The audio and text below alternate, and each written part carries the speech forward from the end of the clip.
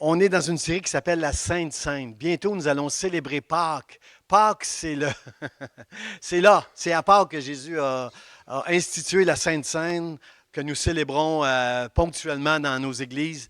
Un moment très important qui nous rappelle, tout comme Pâques, que chaque fois qu'on prend la Sainte Seine, on se souvient que Jésus est mort à la croix pour nos péchés, que Dieu a tellement aimé le monde qu'il a envoyé son Fils à la croix afin de nous sauver, sanctifier, justifier, pardonner, adopter comme ses enfants au travers du sacrifice de Jésus à la croix. Combien comprennent avec Pasteur Jean qu'on n'a pas été sauvé parce qu'on mérite d'être sauvé. On a été sauvé à cause de la grâce de Dieu. Et quand Paul dit rendez grâce, il est en train de nous enseigner que c'est tellement gros qu'est-ce que Dieu a fait. Est-ce que je peux vous avouer qu'après 40 ans de vie chrétienne, je suis encore émerveillé.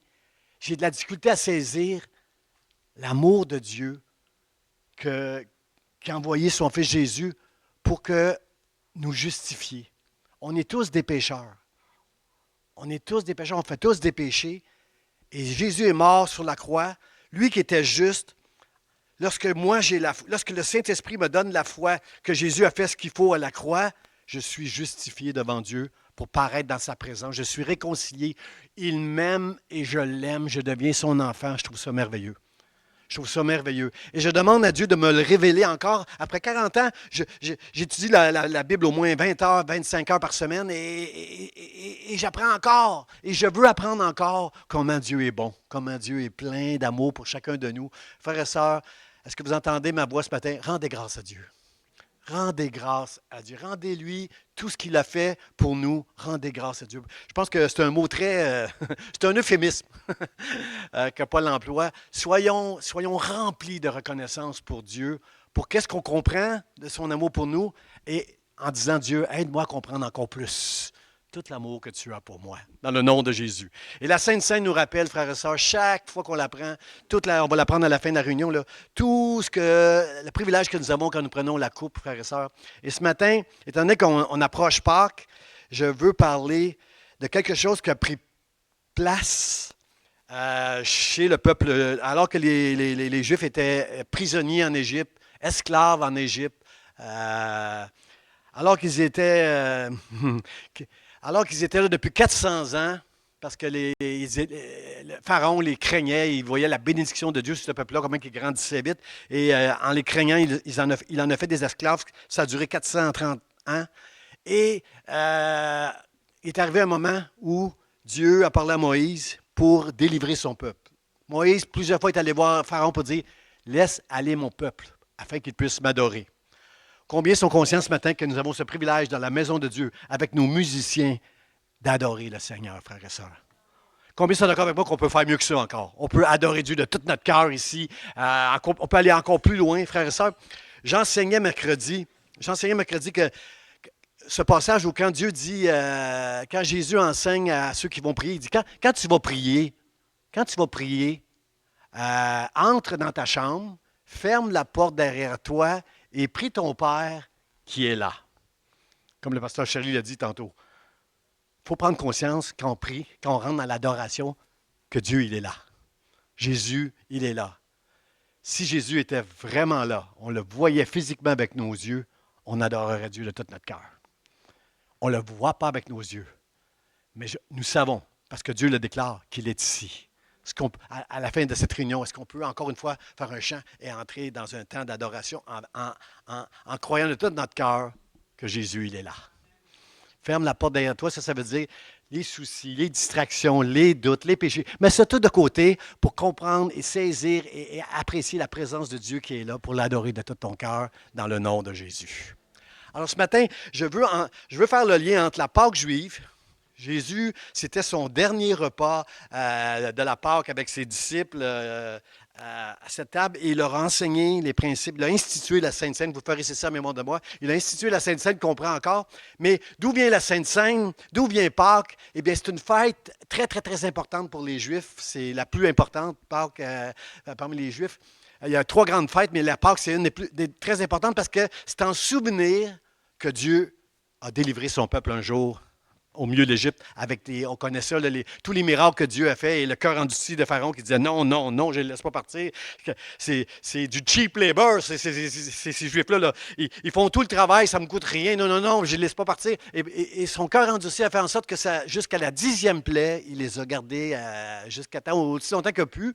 Mais à un moment donné, à ce jour-là qu'on appelle Pâques chez les Juifs, la Pessa, qui veut dire passage, en anglais on dit Passover. Ce jour-là, ils ont été délivrés. Et c'est ça qu'on va regarder ce matin dans le texte qu'on va voir. Exode chapitre 12, verset 7. On va lire ce texte-là. C'est Moïse qui dit au peuple, pour la dernière plaie avant de quitter l'Égypte, il va dire au peuple, on prendra de son sang. Je vous dis, on devait immoler un agneau et le manger le soir même, là, cette nuit-là. Là. On prendra de son sang et on en mettra sur les 2 poteaux et sur le linteau de la porte des maisons où on le mangera. Je répète. Moïse dit au peuple, et je crois que des Égyptiens, c'est pas écrit dans la Bible ça, mais je crois que des Égyptiens qui craignaient Dieu avec toutes les plaies qu'ils avaient vécues avant, je crois que des Égyptiens que Dieu aimait, qui ont entendu ça et qui ont fait ça. C'est pas écrit dans la Bible, ça, mais si moi qui suis un homme, j'ai de la compassion pour les Égyptiens qui ne voulaient pas aller dans la direction du Pharaon, mais qui avaient une crainte de Dieu. Je crois que beaucoup d'Égyptiens, Dieu a parlé au cœur de beaucoup d'Égyptiens ce jour-là. Et on prendra de son sang et on en mettra, le sang de l'agneau qu'on a immolé, là, on prendra de son sang, on en mettra sur les 2 poteaux et le linteau de la porte des maisons où on le mangera. Frères et sœurs, c'est une drôle d'information ici que je vais partager avec vous. Non seulement il devait immoler un agneau et recueillir le sang quelque part d'un récipient, mais il devait prendre de ce sang-là et il devait le mettre sur les poteaux et le linteau de la porte et il devait le manger ce soir-là. C'est beaucoup d'informations, mais c'est exactement ça qu'il devait faire. Sinon, ça ne pouvait pas fonctionner. Alors, le mot Pessa, qui veut dire Pâques, vient du mot passa, qui veut dire épargner, passer par-dessus. En anglais, on dit Passover. Les Juifs fêtaient ça en mémoire de la délivrance de l'esclavage. Est-ce que les Juifs comprenaient exactement ce qu'ils étaient en train de faire quand ils faisaient ça? Les Juifs comprenaient la valeur d'un sacrifice, mais est-ce qu'ils comprenaient exactement ce qu'ils faisaient? Je ne crois pas. Je crois juste qu'ils obéissaient à Moïse. Ils avaient la crainte de Dieu et tout ce que Moïse disait ou faisait, Dieu bénissait les exploits que Moïse pouvait faire devant les yeux de son peuple. Alors moi, je crois que plusieurs personnes ne comprenaient pas tout, mais ne faisaient juste qu'obéir à ce que Dieu disait de la part, à ce que Moïse disait de la part de Dieu. Est-ce que vous êtes d'accord avec moi que c'est toujours une bonne idée d'obéir à Dieu? Même si tu ne comprends pas tout. Toujours une bonne idée d'être obéissant. De dire, Seigneur, c'est ça que tu veux, on s'en va là.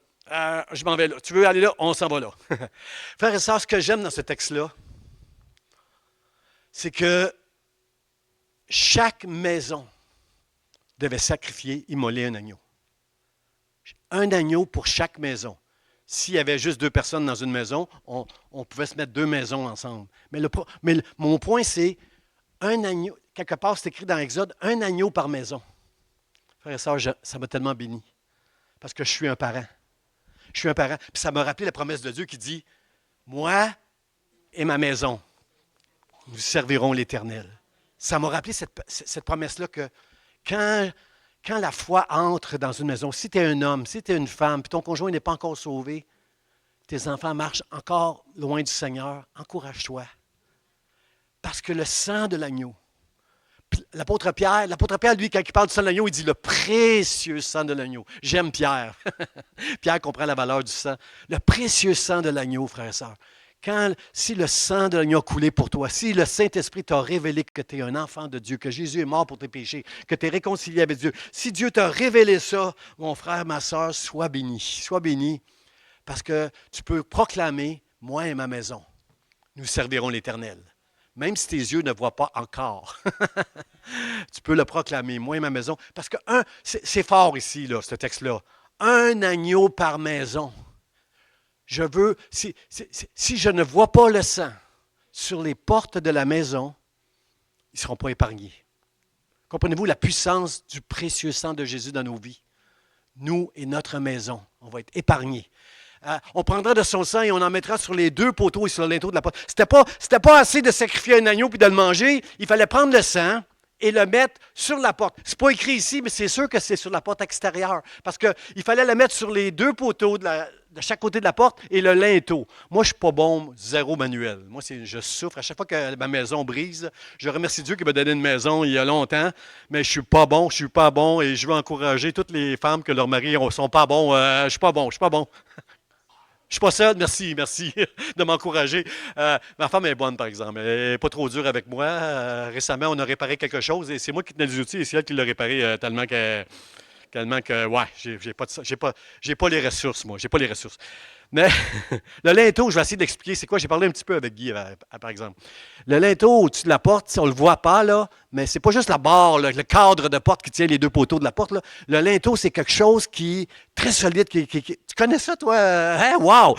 C'est quelque chose de très solide, c'est comme la pierre angulaire qui tient le poids de tout ce qu'il y a au-dessus de la porte. Et moi, je croyais qu'un linteau, c'est juste le petit cadrage qui tient les deux poteaux pour voir que les poteaux tombent. Là. Mais non, c'est un linteau, c'est la pierre angulaire de la maison. Là. C'est solide, là, c'est du béton préparé là, qui arrive. Là, ça peut durer pendant des centaines d'années, des fois, là, le linteau avant de se désagréger. Là, je dis n'importe quoi, je ne sais pas, je ne connais pas ça, là, moi. Là.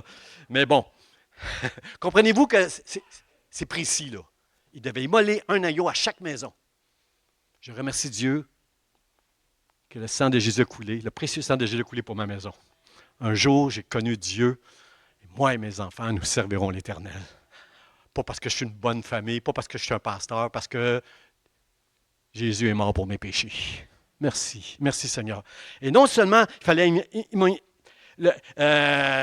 immoler l'agneau, se dépêcher à le manger parce qu'on allait partir vite, quitter l'esclavage, être délivré de nos idolâtres maîtres. Mais en plus, il fallait prendre le sang, le mettre sur les linteaux de la porte. Frères et sœurs. Puis Dieu dit à Moïse, quand je verrai le sang sur les portes, l'ange exterminateur va passer par-dessus. Frères et sœurs, c'est fort. C'est fort. Parce que quand j'ai lu ce passage-là, j'ai dit, c'est beaucoup d'informations. C'est beaucoup d'informations là-dedans. Là. Mettre du sang sur le linteau et la porte des maisons où on va manger l'agneau. Frères et sœurs, c'est le mot porte dans ce texte-là qui est venu me chercher. Et j'ai pris ma concordance.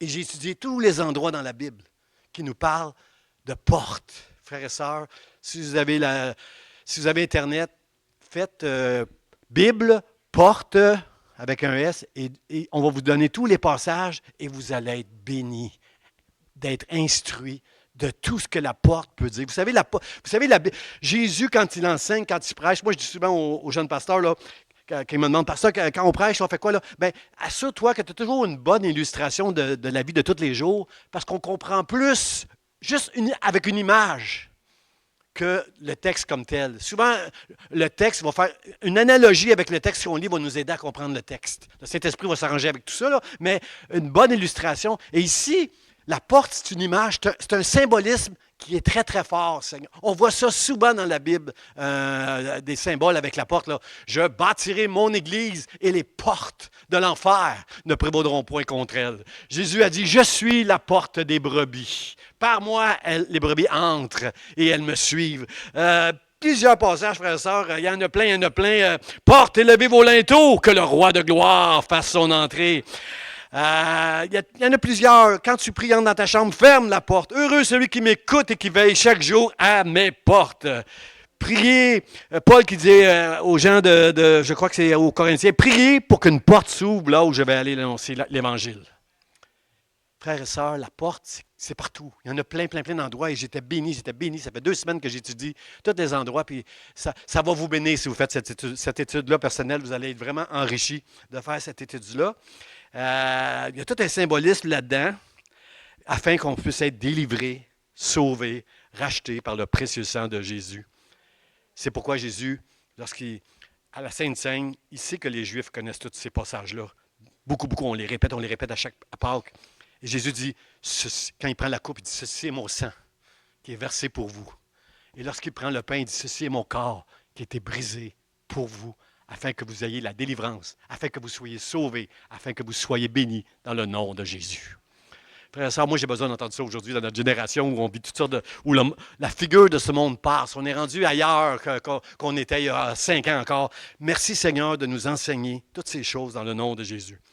Mon premier point, frères et sœurs, je l'appelle la porte du ciel. On prendra de son sang et on en mettra sur les 2 poteaux, sur le linteau de la porte. Ta porte à toi, la porte de ta maison, il faut que l'ange exterminateur voie le sang pour passer par-dessus.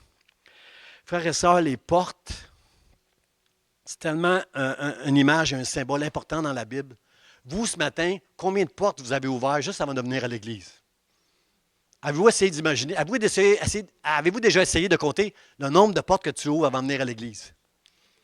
Hein? La porte de ta chambre, la porte de la salle de bain, la porte de l'armoire pour les femmes.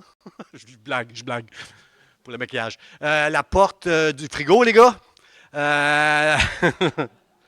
Comprenez-vous qu'un paquet de portes, la porte de la maison, la porte de la voiture, on est passé par la porte de l'église, on est monté en haut avec Pasteur Charlie pour l'enseignement dans la porte de...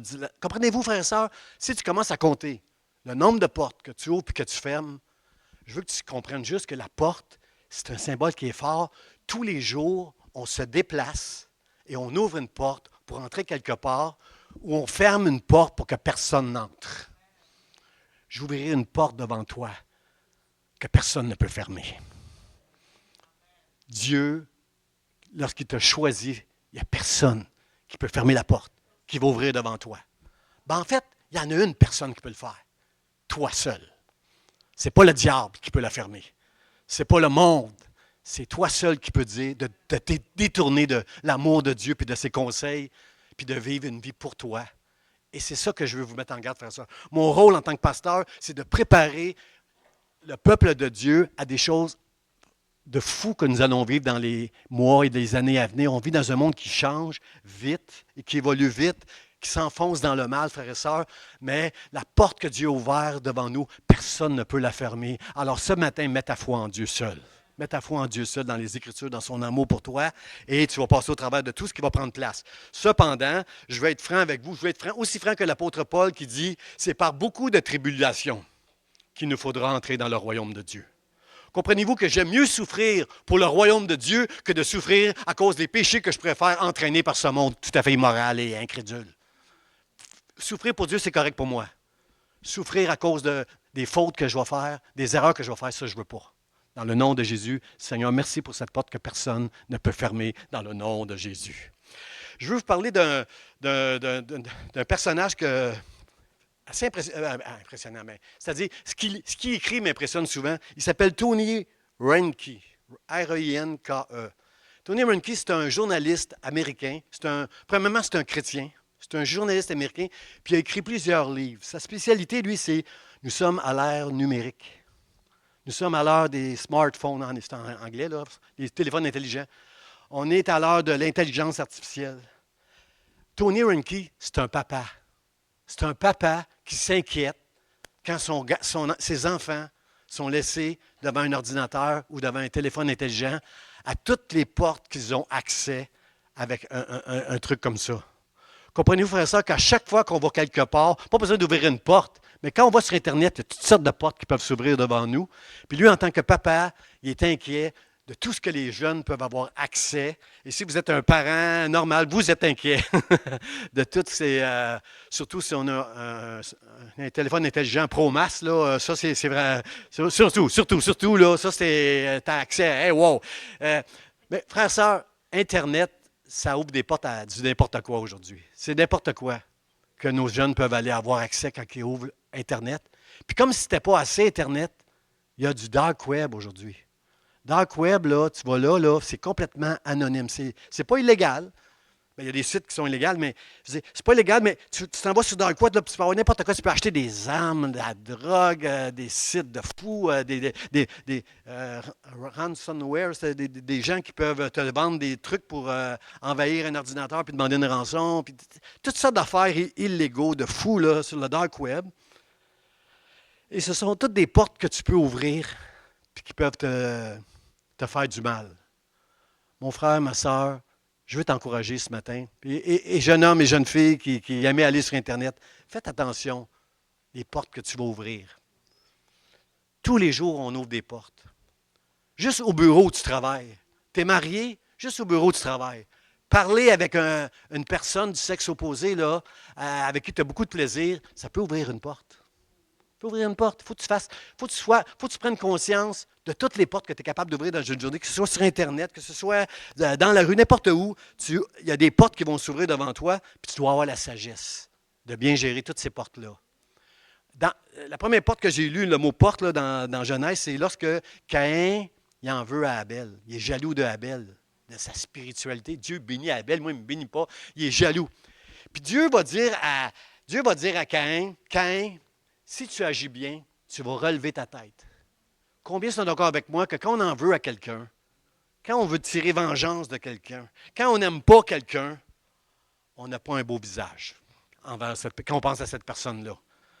Je suis capable de lire un peu dans tes pensées si tu n'as pas un beau visage. Tu n'es pas en train de penser, en train de louer Dieu dans ta tête là, si tu n'as pas un beau visage. Mais la Bible dit, si tu agis bien,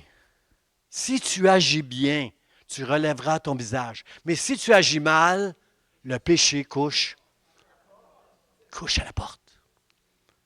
Alors, ce que je peux vous dire, frères et sœurs, fais attention aux portes que tu vas ouvrir dans ta vie, surtout quand ça va mal pour toi. Continue d'agir bien. Continue de faire confiance à Dieu et rejette tes pensées qui ne sont pas fins. C'est un bon conseil que Dieu a donné à Caïn. Et c'est un peu ces conseils-là que nous donne Tony Reinke dans tous ses livres qu'il fait, là, les téléphones intelligents. Et ce qu'il nous dit, c'est que tous ces téléphones-là, ils prennent de notre temps, ils peuvent prendre de notre argent, c'est des distractions. Mais ce n'est pas juste des distractions, frères et sœurs. Est-ce que vous connaissez le mot algorithme? Si tu vas sur Facebook et tu regardes une vidéo, là, moi, j'aime beaucoup les chiens. Moi, je suis en amour avec les chiens. Moi, les chiens, ça me fait... J'aime ça. J'ai toujours eu des chiens dans ma vie, puis j'aime les chiens. Puis, juste par exemple, hier, il y avait une vidéo d'un chien. J'étais allé voir l'Église d'Espoir sur Internet, puis là, à un moment donné, il y a une vidéo en bas. Je l'écoute, c'est un chien. Puis c'était tellement drôle. C'était son maître qui voulait couper les ongles. C'était un gros chien. Puis son maître voulait lui couper les ongles. Fait qu'elle prend sa patte, du gros chien, là, un gros chien... Golden Retriever, je les aime ces chiens-là, là, tout or, là, beige. Et là, elle avait coupé un ongle de patte, puis j'ai déjà coupé les ongles d'un de mes chiens, puis j'ai manqué mon coup, je suis allé trop loin, puis ça s'est mis à saigner, ça fait mal. Puis là, le chien, c'est drôle, c'est intelligent, c'est intelligent. Le chien, quand il prend sa patte, savez-vous qu'est-ce qu'il fait? Il tombe sur le côté, puis il tombe sur le dos, puis il fait semblant qu'il tombe sa connaissance. Là, elle recommence, il se relève, elle le relève, il prend une patte, elle vient pour le couper, il fait pareil. Ah! Puis il tombe sur le dos. Où il a vu ça, lui, le chien, pour faire un truc comme ça? J'aime tellement ça. Alors, je suis allé montrer ça à ma femme, on a ri ensemble. Mais là, l'affaire, frère et sœur, c'est qu'un algorithme, je ne connais pas ça, là, mais c'est comme un moteur de recherche. À chaque fois que tu ouvres une porte, chaque endroit que tu vas aller, l'algorithme les enregistre. Si tu vas voir un truc sur les rénovations, mais tu vas en voir 10 sur les chiens, c'est fini. Tu vas recevoir plein de vidéos parce que l'algorithme, elle connaît ce que tes yeux paresseux veulent voir. Les yeux, la Bible nous dit que la bouche trahit notre cœur. Ce que je peux vous dire qu'avec l'Internet, nos yeux trahissent notre cœur. Parce qu'on ouvre des portes. Et les algorithmes les enregistrent et tu vas être envahi d'invitations de toutes sortes. Alors, c'est ça mon point. Lui, il est au courant de ça, Tony Reinke, de toutes ces portes-là. Puis il y a toutes sortes de choses qui se font dans le secret, frères et sœurs. Est-ce que vous savez qu'il n'y a pas de secret pour Dieu? Il y a un passage qui me terrifie. Ce passage-là dit, un jour, tout ce qui est dit dans le secret, tout ce qui est fait dans le secret sera révélé au grand jour. Parce que Dieu, lui, il voit tout. Tu ne peux rien faire dans le secret. Alors moi, je vous dis ce matin, fais attention aux portes que tu ouvres. Parce que ça va te nuire. Si tu agis mal, tu ne vas pas relever ton visage. Alors, ce matin, juste ce passage-là, j'ai trouvé ça fort. Le sang, il faut le mettre sur les linteaux et les poteaux de ma porte. Comme ça, quand l'ange va le voir, le sang, il va passer par-dessus. Je bénis Dieu. Je bénis Dieu pour le sang qui est au-dessus, qui couvre ma maison. Puis je veux faire attention à tout ce que je fais. Est-ce que je fais toujours tout bien? Non. Est-ce qu'il y a des conséquences des fois à nos péchés? Oui. Mais je suis pardonné par Dieu. Je les confesse à Dieu. Et il est fidèle et juste pour me pardonner et me purifier et me sanctifier. Toute iniquité dans le nom de Jésus. Alors, Seigneur, aide-moi avec toutes ces portes-là qui sont devant moi. Parce que un autre passage terrifiant que je trouve, c'est dans l'évangile de Jacques. Jacques, quand il écrit, Jacques va écrire au chapitre 5, je ne sais pas le verset exact, ça dit, le juge, en parlant avec un J majuscule, en parlant de Dieu, le juge, il est à la porte. Est-ce que vous êtes d'accord avec moi dans la génération où nous vivons, tout va vite? Êtes-vous d'accord avec moi, chrétien? Parce que le monde voit ça, là. On va voir des films sur l'Apocalypse comme jamais dans les prochains mois. Mais le monde voit que le monde change. Frères et sœurs, est-ce que vous voyez que ce monde change? Est-ce que vous êtes d'accord avec moi que le juge, il est à la porte? Frères et sœurs, dans l'Ancien Testament, on a dans le livre de la Genèse, l'arche de Noé. Au jour du déluge, Dieu a dit, c'est trop, c'est allé trop loin, là, la terre va être jugée, il va y avoir un déluge qui s'en vient. Et la Bible nous dit que dans l'arche, il y avait seulement une porte. Et c'est Dieu qui a fermé la porte sur la famille de Noé. Seulement une porte, et il y a eu un déluge. Et aussi un autre endroit que j'aime beaucoup, dans Genèse chapitre 6, au verset Genèse 19. Il y a à Sodome et Gomorrhe. Dieu, après, il a dit à un moment donné qu'il n'y aurait plus de déluge, mais un jour, il a jugé une ville qui s'appelle Sodome et Gomorre. Sodome et Gomorre, Dieu avait envoyé deux anges qui avaient l'apparence d'hommes, là, deux anges pour aller avertir Lot. Il ne voulait pas que Lot soit détruit. Pour avertir Lot qu'il allait avoir un jugement sur Sodome et Gomorre. Le feu allait tomber sur cette ville-là. Et Lot est là. Il fait entrer les deux anges chez lui. Il insiste. Les anges ne devaient pas entrer, mais ils sont entrés chez lui finalement. Il insiste. Ils entrent dans sa maison. Et là, à un moment donné, ça frappe à la porte. Et la Bible nous dit que des enfants, des hommes, des femmes et des vieillards sont venus dans la maison de Lot pour abuser des deux hommes qu'ils avaient vus entrer, qu'ils ne le connaissaient pas. Est-ce qu'on est rendu assez loin, frère et sœurs, dans l'immoralité pour faire des choses comme ça? Ils étaient là, à la porte.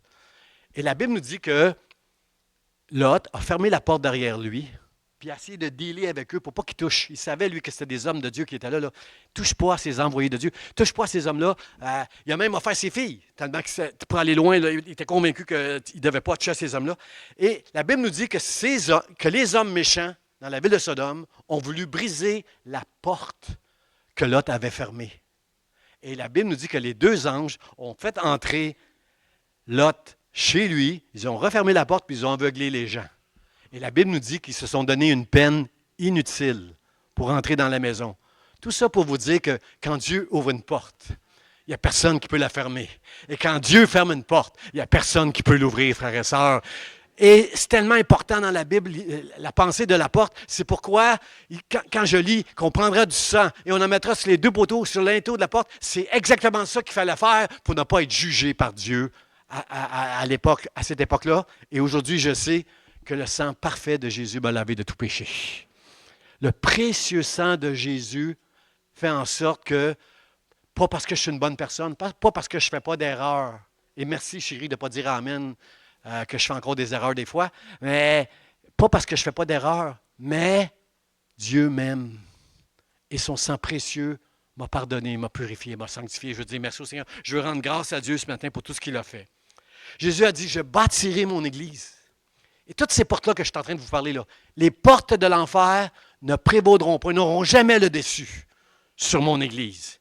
Bien sûr que nos églises ne sont pas parfaites, bien sûr qu'il se passe toutes sortes de choses qui ne sont pas bien des fois dans nos églises, mais Dieu promet que dans son Église, les portes de l'enfer ne prévaudront point contre elle à cause de la puissance de Dieu qui est là. Il n'y a rien qui va fermer une Église à moins que Dieu dise « OK, Amen ».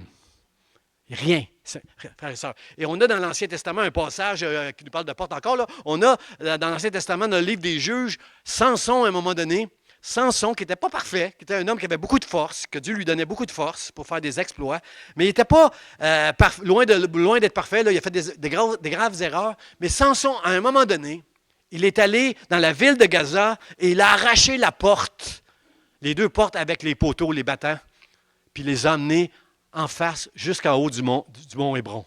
Vous savez ce que ça veut dire quand on enlève les portes d'une ville?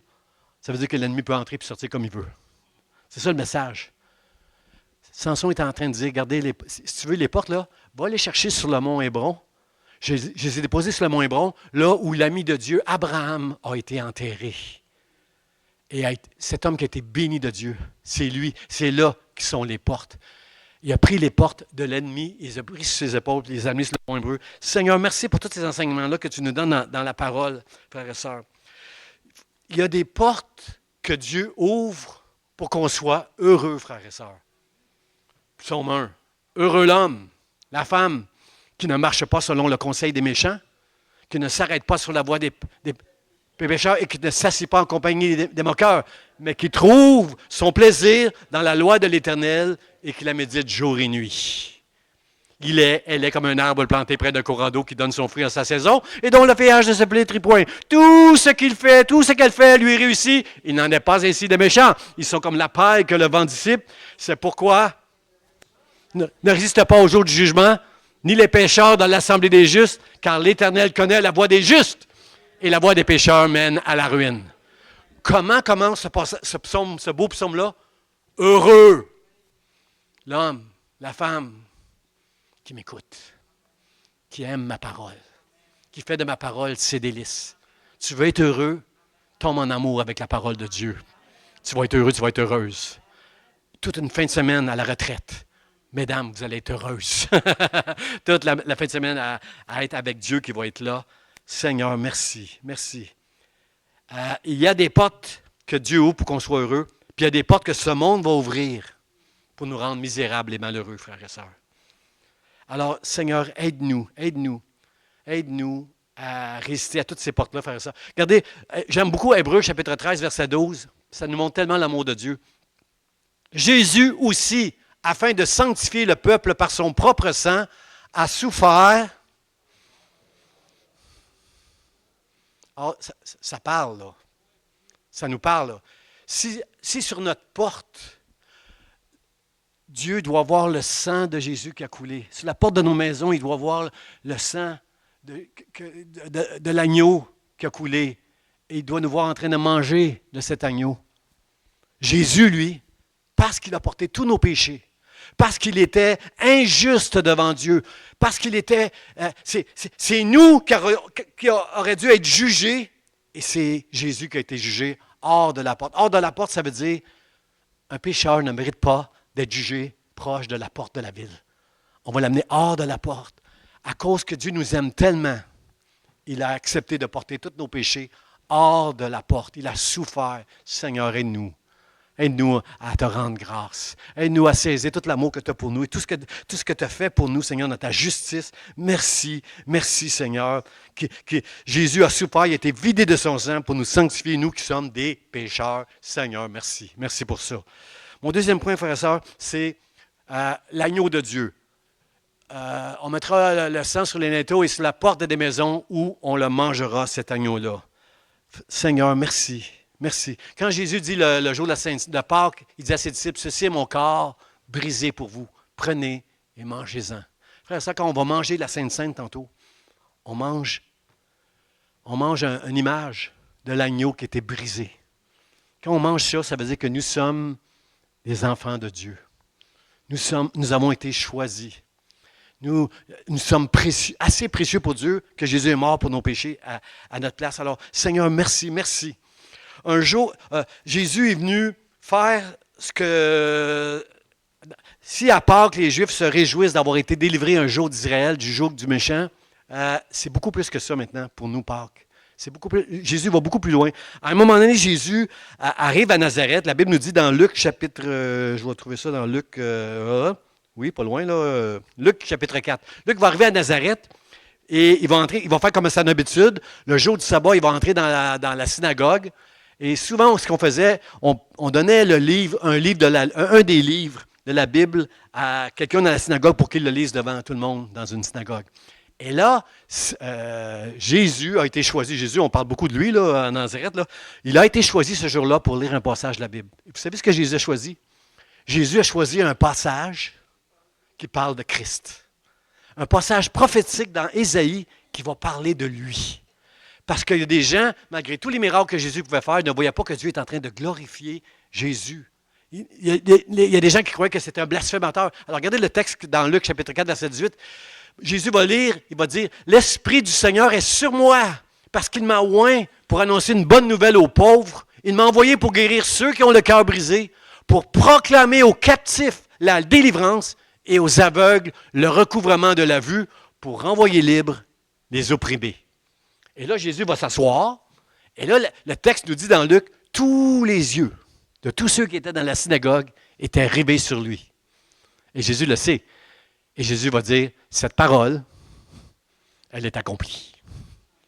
Mais là, Jésus, tu blasphèmes, là. Tu es en train de dire que cette parole-là qui est attribuée au Christ qui va venir, tu es en train de dire qu'elle est accomplie là. Tu es en train de nous dire que c'est toi, le Christ. Cette parole, elle est accomplie. L'Esprit est sur moi. Est-ce que vous croyez que l'Esprit du Seigneur était sur Jésus? L'Esprit du Seigneur est sur moi. Il m'a oint, il m'a donné l'onction pour annoncer une bonne nouvelle aux pauvres. Est-ce que vous comprenez le mot pauvre, frères et sœurs? Ce n'est pas quelqu'un qui n'a pas d'argent, un pauvre. C'est quelqu'un, on est tous pauvres ici. Heureux les pauvres en esprit, la Bible, Jésus va dire un jour. On est tous pauvres ici. Savez-vous c'est quoi pauvre? C'est manquer de ressources. Moi, j'ai 0 ressources pour les travaux de rénovation. Je suis sans ressources. Je souffre quand c'est le temps de faire des rénovations parce que je n'ai pas les ressources. Je ne sais pas quoi faire. Demandez-moi de vous enseigner comment étudier la Bible. Ne me demandez pas de vous montrer comment on répare une chaise qui est brisée. Je ne suis pas bon. Je ne suis pas bon quand quelque chose brise dans ma maison. Je suis sans ressources. C'est ça. Jésus est en train de dire, j'ai une bonne nouvelle aux pauvres, à ceux qui sont sans ressources. Moi, avec le sacrifice que je vais faire, le Saint-Esprit qui va vous être envoyé, vous avez toutes les ressources qui sont contenues dans la parole de Dieu pour venir en aide à chacun de vous. Paul dit, j'ai de l'argent, j'en ai pas, c'est pas grave, mon Dieu pourvoira tous mes besoins selon sa richesse avec gloire. Combien ont déjà expérimenté ici par le geste de la main levée? J'ai été dans le besoin, mais Dieu a pourvu à mes besoins de manière surnaturelle. J'ai mentionné à Dieu.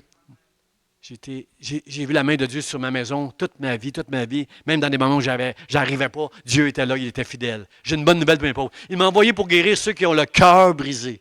Cœur brisé, ça, c'est une image, frères et sœurs.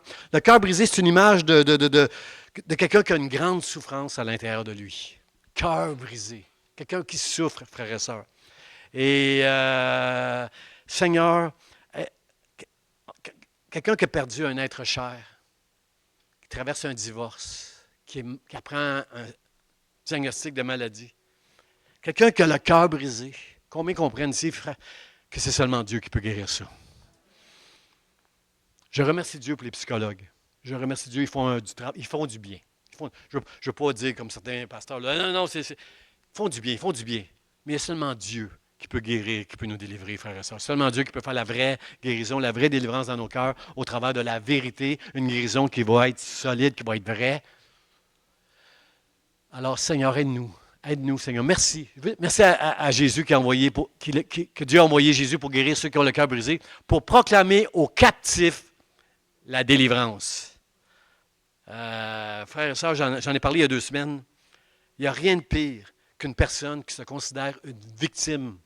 Si dans ta jeunesse ou au travers d'un mariage, tu as été une victime, tant que tu vas te considérer une victime pour que les gens te plaignent, tu ne vas jamais t'en sortir. Mais le jour où tu vas dire, Seigneur, viens me délivrer de ma captivité. Tu ne seras plus une victime, mais tu vas crier à Dieu, merci Seigneur. Merci de me délivrer de ma captivité. Puis la captivité, ce n'est pas une prison, frères et sœurs. Tu peux être en prison puis être libre spirituellement, émotionnellement. Mais captif, c'est être pris avec des liens de quelque chose qui est arrivé dans le passé, mais Dieu veut te délivrer de ça. Il veut aussi redonner, pour proclamer aux captifs la délivrance et aux aveugles le recouvrement de la vue. Frères et sœurs, voir, frères et sœurs, on peut avoir la vue, le don de la vue, mais on ne discerne pas les choses. Un aveugle ne voit pas les choses. Mais ce passage-là, il est très spirituel. Il est en train de nous dire, nous, frères et sœurs, si vous êtes ici ce matin, si vous avez reçu la foi, c'est Dieu qui vous a donné la foi. Il vous a révélé que Dieu t'aimait et qu'elle avait envoyé Jésus pour toi. Alors, ça prend donner la vue aux aveugles, c'est donner aux hommes et aux femmes du discernement, aux jeunes hommes et aux jeunes femmes, le discernement pour comprendre les Écritures. On n'est pas tous au même niveau, frères et sœurs. La parole de Dieu, elle n'est pas claire pour tout le monde en même temps. Mais frères et sœurs, le Saint-Esprit est capable de te révéler. Là où tu es, le Saint-Esprit peut te révéler la parole de Dieu que tu vas lire. Il va te donner la vue. Il va donner aux aveugles le recouvrement de la vue. Et il va renvoyer libres les opprimés, frères et sœurs. Qui sont les opprimés, sinon ceux qui sont soumis à la violence, qui sont soumis à un pouvoir qui est plus fort qu'eux. Seigneur, merci d'être venu nous délivrer. D'avoir fait toutes ces choses-là dans le nom de Jésus. Seigneur, je t'aime de tout mon cœur. Je veux te rendre grâce pour tout ce que tu as accompli, Seigneur, pour les Juifs, mais aujourd'hui, alors qu'on va prendre la Sainte Seine, Seigneur, tu nous rappelles que tu es venu nous délivrer. Tu es venu pour nous guérir nos cœurs brisés, pour nous redonner la vue, pour briser l'oppression qu'on peut vivre des fois dans nos maisons, sur nos lieux de travail, dans notre solitude dans la maison. Seigneur, merci. Merci d'être là dans ma vie dans le nom de Jésus. Seigneur, merci de me toucher. Merci de me remplir ce matin de ta gloire. Amen. Frères et sœurs, le mot de la fin. Le mot de la fin, je l'aime beaucoup. Et je vais inviter les musiciens à s'avancer. On va prendre la Sainte Seine dans quelques instants. Le mot de la fin, c'est Jésus qui dit, « Voici, je me tiens à la porte et je frappe. Si quelqu'un entend ma voix et ouvre la porte, j'entrerai. » Est-ce que vous comprenez, frères et sœurs, que pour être un enfant de Dieu, il faut entendre la voix du Seigneur. C'est ça qui fait toute la différence, frères et sœurs. Quelqu'un qui est dans le monde, il n'entendra pas la voix de Dieu. Le Saint-Esprit, c'est lui qui vient nous révéler. Quand Dieu nous parle, quand Dieu veut nous parler, c'est le Saint-Esprit qui vient nous révéler. Un jour, j'étais assis dans une église et j'ai entendu Dieu qui me parlait. C'est Dieu, c'est pour être... cette image-là, elle est forte, là, elle nous parle encore d'une porte. Là. La Bible nous dit que Dieu se tient à la porte. Cette porte-là, je crois que c'est notre cœur. Il dit, je frappe. Et si quelqu'un entend ma voix et ouvre la porte, j'entrerai. Ce matin, ma question, mon frère, ma soeur, c'est, est-ce que tu entends la voix de Dieu? Est-ce que tu as entendu Dieu qui te parlait? C'est ça qui va faire de toi un enfant de Dieu quand tu vas entendre.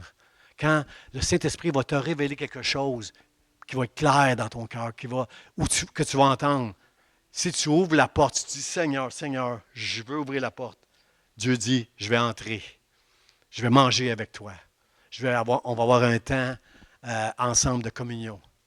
Alors ce matin, avant qu'on aille prendre la Sainte Seine, avant qu'on entre qu'on prenne ce repas, je veux juste m'assurer que tout le monde ici, vous avez entendu la voix de Dieu. S'il y a quelqu'un ici ce matin, il n'y a pas de nouveau, mais peu importe. Si ce matin tu entends la voix de Dieu qui te dit « Je t'aime, je me tiens à la porte », si tu entends ma voix puis tu ouvres la porte, j'entrerai. Combien qui veulent dire ici « Seigneur, entre, j'entends, je sais que je suis un pécheur, je sais que j'ai besoin de toi, Seigneur, pour aller au ciel, je sais que tu es la porte des brebis qui vont permettre de marcher sur cette terre avec toi et d'aller au ciel pour l'éternité. Seigneur, j'entends, puis je vais ouvrir la porte. » Alors, j'aimerais faire une prière pour tous ceux qui veulent ouvrir la porte à Dieu ce matin. J'aimerais que vous puissiez répéter après moi cette prière-là. Seigneur Dieu, tu m'as permis d'entendre ta voix par ton Saint-Esprit. Je sais que je suis pécheur. Je sais que sans toi, la porte sera fermée. Mais que toi, Jésus, tu es la porte. Et je veux que tu entres dans mon cœur, dans ma vie, dans ma maison. Je te remercie pour le sacrifice de ta vie. Tu es mort sur la croix pour mes péchés.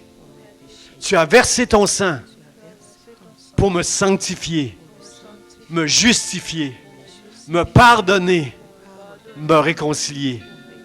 Je te reçois dans mon cœur, dans ma vie, comme mon Seigneur et mon Dieu.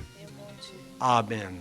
Amen. Amen. Gloire à Dieu. Frères et sœurs, si vous avez fait cette prière, vous avez cette assurance que Dieu est mort pour tes péchés, que cette porte que Dieu ouvre devant toi, il n'y a personne qui peut la fermer.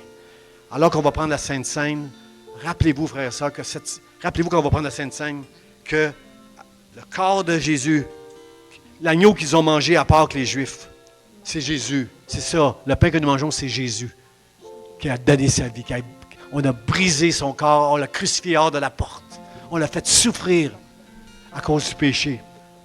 Moi, je ne souffre plus, presque plus, du péché. Des fois, si je fais mal, je vais souffrir. Mais je n'ai plus peur de la mort. Jésus a vaincu la mort pour l'éternité dans ma vie. Et souvent, il me met sa main pour m'empêcher de faire quelque chose qui est mal. Alors, je veux remercier le Seigneur ce matin. Je veux me réjouir quand je prends le pain et la coupe pour dire, Seigneur, merci, tu es avec moi. Tu as fait de moi ton enfant et c'est un privilège pour moi et une gloire de prendre la Sainte Seine. Amen. J'ai invité Nicole et Pasteur Charlie et on va distribuer les éléments. On va la prendre ensemble.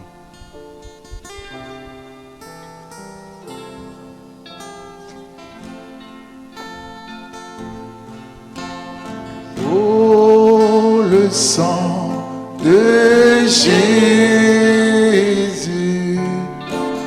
Oh, le sang de Jésus.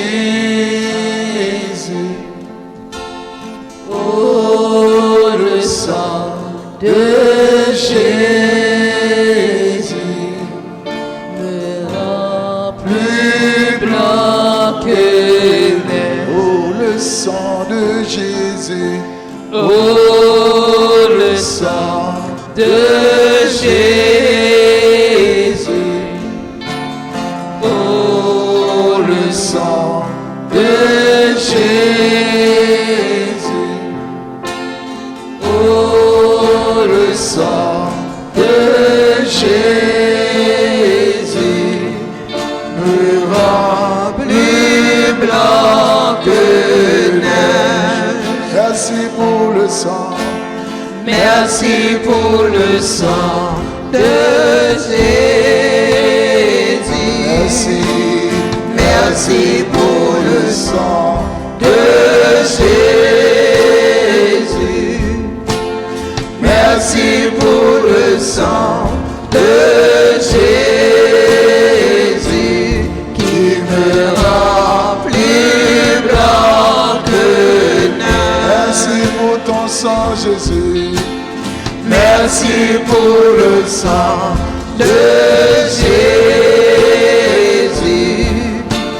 Merci pour le sang de Jésus.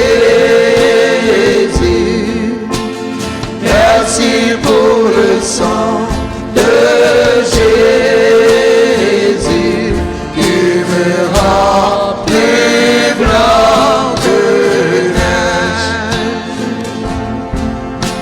Sauvé par le sang de Jésus. Sauvé par le sang de Jésus. Sauvé par le sang de Jésus. Il me rend plus blanc que neige. Oh, le sang de Jésus. Oh, le sang de Jésus. Oh, le sang de Jésus. Oh, le sang de Jésus me rend plus blanc que neige. Oh, le sang de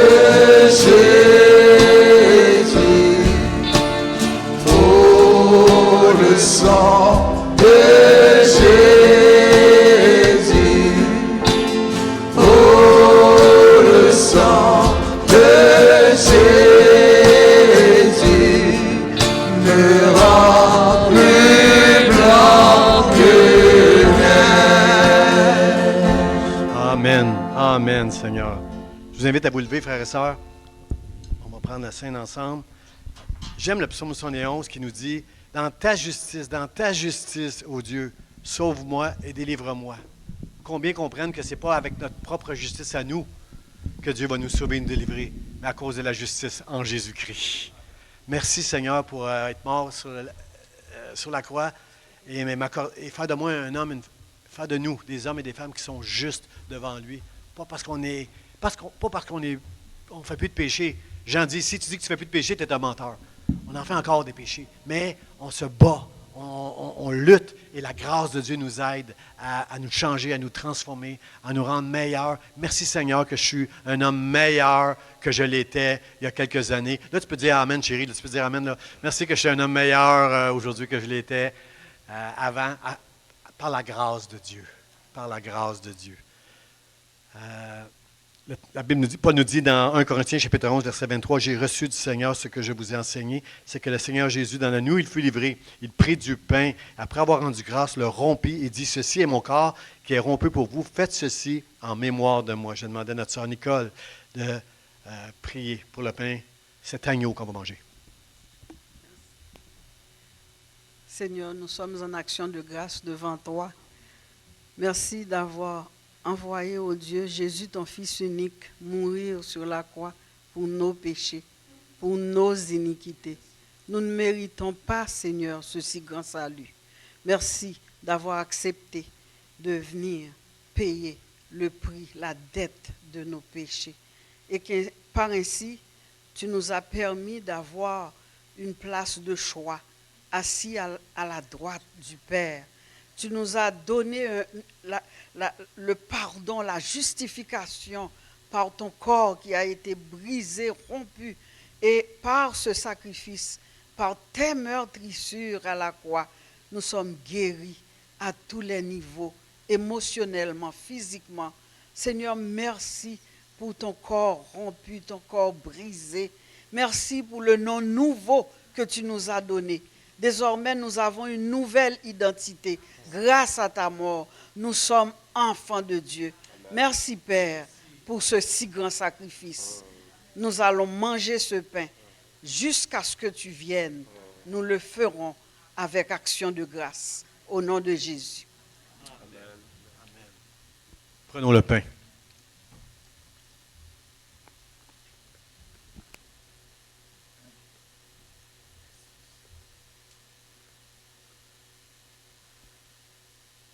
Merci Dieu pour l'agneau de Dieu. Merci.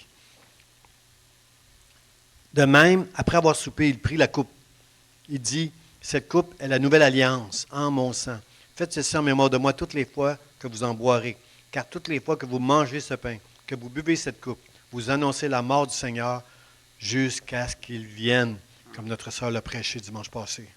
Pasteur Shirley, merci de prier pour la coupe.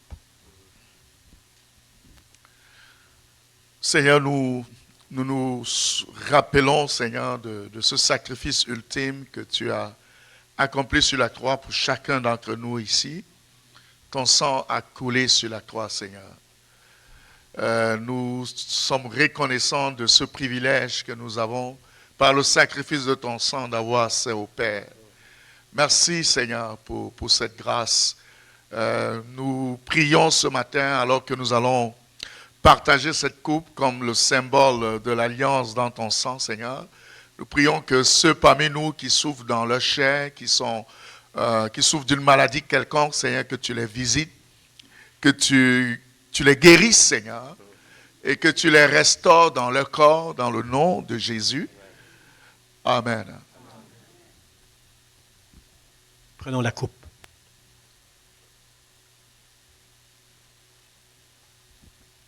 Merci. Merci, Seigneur. Merci, Seigneur. Mon cœur est reconnaissant. Je veux dire merci. Je veux dire merci, Dieu. Seigneur, comme c'est difficile à comprendre, Seigneur, cet amour si grand. Tu es venu sur terre. Tu nous as sauvés, Seigneur, délivrés, guéris, pardonnés, lavés, justifiés, réconciliés. Seigneur, merci. Merci, je t'aime. Je t'aime, Seigneur. Amen. Frères et sœurs, ce que j'aimerais qu'on fasse, c'est qu'on fasse circuler les coupes. On va les recueillir, les coupes. Et on va, avec Juste avant de saluer tantôt, là, j'aimerais qu'on prenne un moment pour louer et adorer Dieu qui est ici. Combien croient que Jésus est ici? On vient de manger le corps, symboliquement le corps de l'agneau. Nous avons bu la coupe qui représente son sang qui est versé pour nous. Il est ici.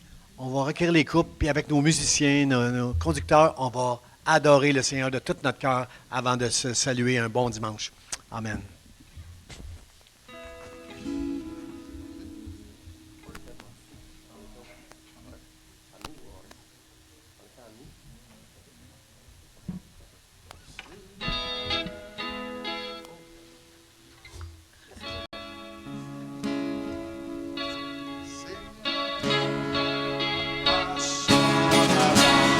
Et son nom est tout puissant. Et sa gloire tomberont sur toute la terre. Qui en victoire à notre roi. Nous sommes toujours victorieux. Aucun ennemi ne nous résistera.